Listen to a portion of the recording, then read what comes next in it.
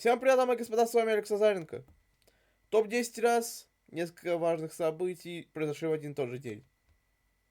Star Wars Which one же? has been a good luck charm for theaters throughout the country. The movie made 2.6 Star Wars has been a good luck charm for theaters throughout the Как будто, блядь, карту берет. Не посматривайте, я не хочу вам показывать свои тузы. country.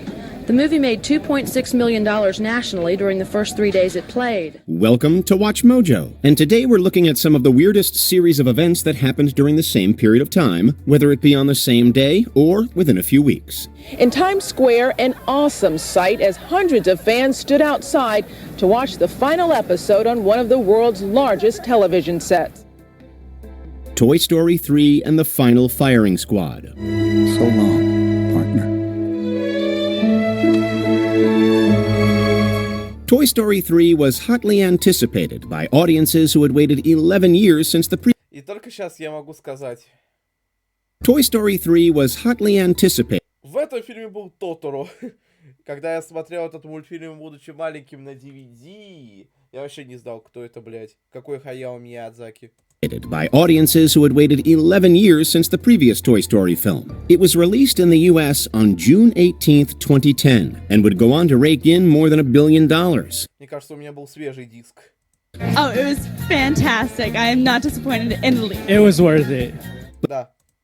But that is also the date of the execution of Ronnie Lee Gardner, who was convicted of capital murder in Utah. In 2004, Utah became the last state in the nation to ban execution by firing squad. Having been convicted before the change, Gardner was grandfathered in. As a result, he is currently the last civilian executed by firing squad in the United States, although there are some advocates who are pushing for a resumption of this method of execution. Жестокие. Planes and automobiles. Are you ready? Let's go! You've probably heard the old truism that it's safer to fly than to drive. Нет. After all, thousands of Americans die every year in fatal car crashes. Ну и, блядь, в небе тоже катастрофа происходит, к сожалению. One of the most common causes of death. It may come as a surprise to you then that the first modern vehicular casualty actually resulted from a plane crash. Days before Ford's Model T revolutionized transportation in 1908, aviation took its own fateful plunge. On September 17, 1908, a Wright brothers aircraft, piloted by Orville Wright, crashed during a test flight. And Orville tried his best and tried to right the plane, and the plane crashed. And И о нем хуй напишешь. Orville broke a femur and Теперь. broke ribs. Though Wright survived, the crash Crashed. And Orville broke a femur and broke ribs. Though Wright survived, the crash killed U.S. Army observer and passenger Lieutenant Thomas E. Selfridge. Exactly 2 weeks later, on October 1st, Ford Motor Company released the Model T. But Henry Ford's place in the annals of the 20th century was secure, even without another breakthrough car. Luna 5 and I Can't Get No Satisfaction.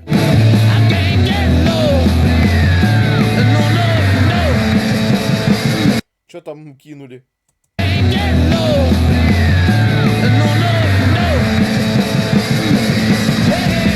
Rock and astronomical history collided on May 12, 1965, as the Rolling Stones recorded their iconic anthem on the same day that an early Soviet spacecraft failed to arrive on the moon. Taking place Обидно.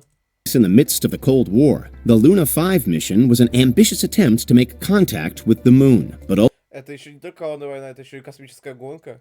ultimately, a technical failure of the craft's gyroscope resulted in a crash landing. In a lot of respects, they were well ahead of the game, but the reason they were Сразу узнаешь наших. well ahead of the game is because they had actually put all the hardware together and had applied that technology far better than we had. Meanwhile, I Can't Get No Satisfaction was laid down at RCA Records after having been dreamt up by songwriter Keith Richards. While these two events are quite clearly as distinct as can be, it captures the major cultural and technological strides that were made in the 1960s.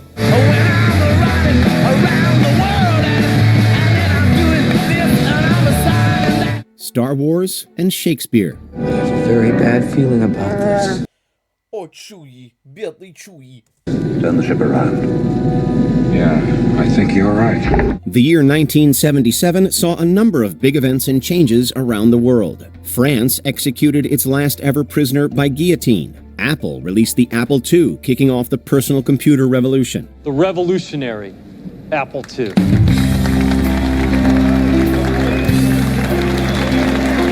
May 25th, 1977 represented a major cultural shift in both the Eastern and Western hemispheres. In the U.S., Star Wars helped kick off a new era in blockbuster films. It was a cultural phenomenon, raking in money and sparking a decades-long fandom. Well, I'm a real science fiction fan. I've got hundreds of science fiction books at home, and I think this is going to be a science fiction classic. Ты прав. At the same time in China, the Chinese government lifted a ban on studying Какого-то хуя. Shakespeare. It was a sign that Deng Xiaoping meant business with his open-door policy. It was Я открываю двери и закрываю их для Шекспира. a small but significant step in normalizing relations Все ради вот этого, окей. with the West. I'm very sorry, sir. I have not seen Act 2. Of course you have not. I've not written it. Faxes Поняла, сучка. and the Oregon Trail. Here, there were no alternatives.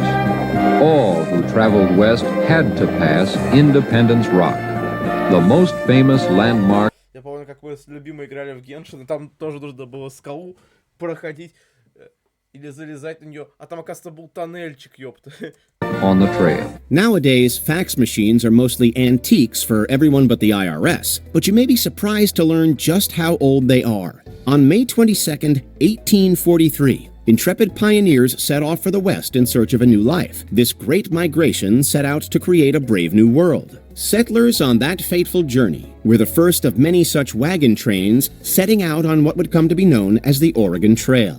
We'll have to water the animals from our own supply tonight. Can't go without after a day like this. Just 5 days later, Scottish inventor Alexander Bain patented the first fax machine. Он еще и телефон сделал.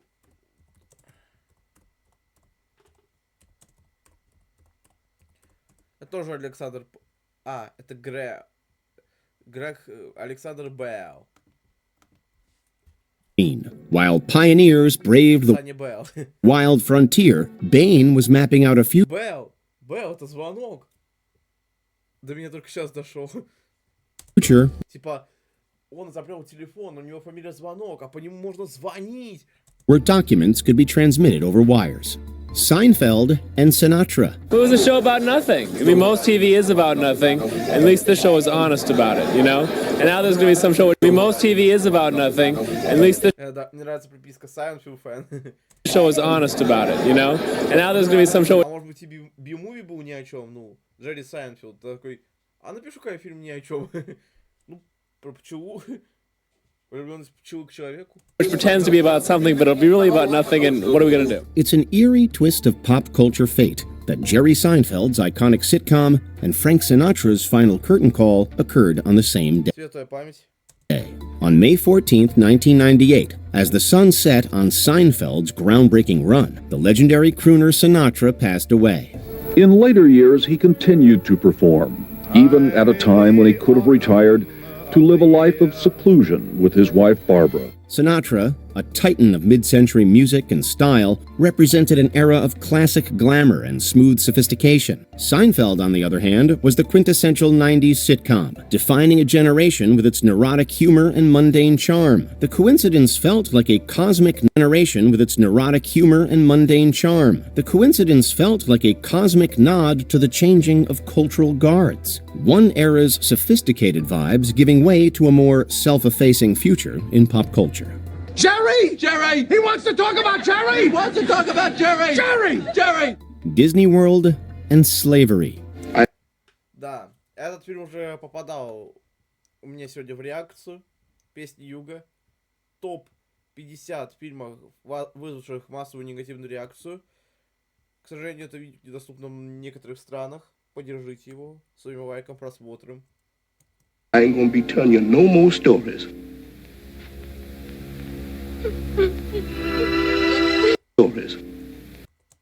Disney World and slavery. I ain't gonna be telling you no more stories. Понял, блядь.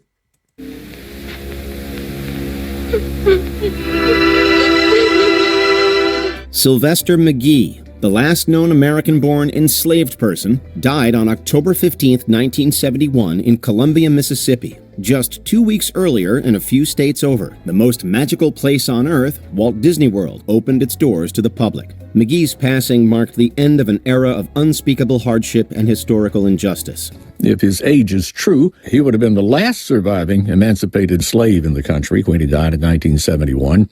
Not only that, since he served with the Union at Vicksburg, he would have been the last Union Civil War veteran. Less than a decade removed from the Civil Rights Act, America was still grappling with its legacy of slavery. Disney World was a symbol of a new, more egalitarian form of American capitalism, where anyone can be a consumer. Just as the last living vestige of chattel slavery died, America's monument to modern consumerism opened shop.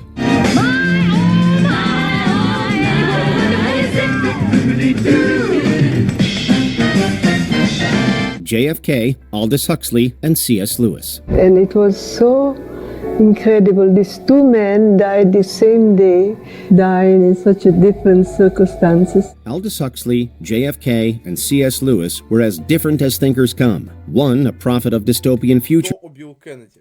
Another, a charismatic leader cut down in his prime. And the third, a master of allegorical storytelling. The men didn't have anything in common until November 22nd, 1963. On that day, the world lost all three of them. President Kennedy was killed while campaigning in Dallas. Boss, the president's been shot in Dallas 5 minutes ago. Oh, no. Lewis and Huxley died after years of illness. The very next day, as if the universe knew that the world needed whimsy, kindness, and good vibes, Doctor Who premiered. The show introduced audiences to a silly yet profound exploration of space and time, a fitting counterpoint Doctor Who killed Kennedy. to the somber reflections of the previous day. Who killed Kennedy? You say you can't fit an enormous building into one of your...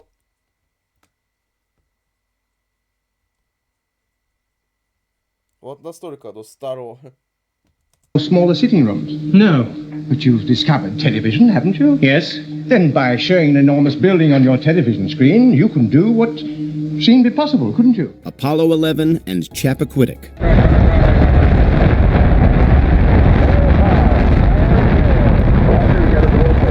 In 1962, President John F. Kennedy gave his famous moonshot speech. After his murder, the government set to work making his dream a reality. Just 7 years later, on July 20th, 1969, it paid off. The world watched as Neil Armstrong and Buzz Aldrin became the first human beings to walk on the moon. Apollo 11 on its first lunar revolution.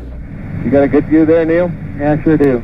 Well, it's beautiful out there, isn't it? The eye approach. Man, this is really something. As Kennedy's dream was being realized, his brother Ted found himself in the middle of a political firestorm. Days earlier, his car plunged off a bridge on Chappaquiddick Island, resulting in the death of his passenger, Mary Jo Kopechne. On the 20th, the press got wind of her death, sparking media scrutiny and controversy over Kennedy's actions and the subsequent handling of the case. We should get back. No, we should go to the beach. Before we continue, the option to be notified for occasional videos or all of them. If you're on your... Jefferson and Adams die. It's July the 4th. It was 50 years ago today our nation was born. John Adams and Thomas Jefferson were two of the primary architects of American independence. The founding fathers worked together to draft and secure the signing of the Declaration of Independence on July 4th, 1776. Over time, their political ideologies diverged. They went from close friends and allies to fierce rivals. After years...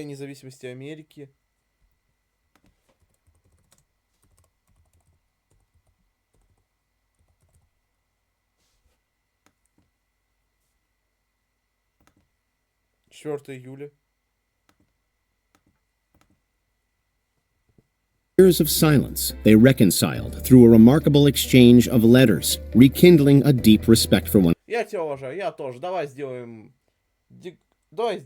этот чел. another. This is the letter that got them started That's up right. again. That's right. And it's an interesting letter because... January 1st, 1812. In a strange twist of fate, both men died on July... Кстати, подписывали дату своего отправления и время, как в телеге. 4th, 1826, exactly 50 years after the birth of the nation they helped create. Their simultaneous deaths on Independence Day felt almost symbolic, as if their intertwined legacies were written into the very fabric of American history. Фамилии еще долго не забудут. That's right. A letter to Jefferson. Father, no. Tomorrow. Write to him tomorrow. You can do it tomorrow. History Точно могу. is full of strange and eerie coincidences. Are there other important days where multiple and disparate events took place? Let us know in the comments below. Check out the Окей, ставьте лайки, подписывайтесь на канал, жмите на колокольчик, чтобы сказать новое видео. Пишите комментарии, ставьте мне телегу. С вами был Алекс Назаренко. Всем спасибо за просмотр. Всем пока.